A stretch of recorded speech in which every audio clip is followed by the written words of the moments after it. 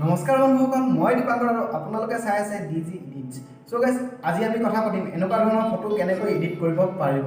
আৰু যদিহে আপোনালোকেও এনেকুৱা ধৰণৰ ফটো এডিট কৰিব বিচাৰে তেনেহ'লে মোৰ এই ভিডিঅ'টো সম্পূৰ্ণকৈ চাই থাকক, অলপমান স্কিপ নকৰাকৈ। আৰু গাইজ, আপোনালোকে যদিহে মোক কিবা সুধিব বিচাৰে তেনেহ'লে আপোনালোকে কমেণ্ট বক্সত কমেণ্ট কৰি সুধিব পাৰে। আৰু গাইজ, আপোনালোকে ইয়াতে যিমানবিলাক PNG ব্যৱহাৰ কৰা হ'ব আৰু যিটো এপছ হ'ব প্ৰত্যেকটোৰ ডিছক্ৰিপশ্যনত আপোনালোকে লিংক পাই যাব। আৰু আপোনালোকে ডিছক্ৰিপশ্যনৰ পৰা ডাউনলোড কৰি ল'ব আৰু আপোনালোকৰ ফটোসমূহত এপ্লাই কৰি দিব। ত' গাইজ, বলক তেনেহ'লে পলম নকৰোঁ আৰু আমাৰ ভিডিঅ'টোৰ ফালে আগবাঢ়োঁ।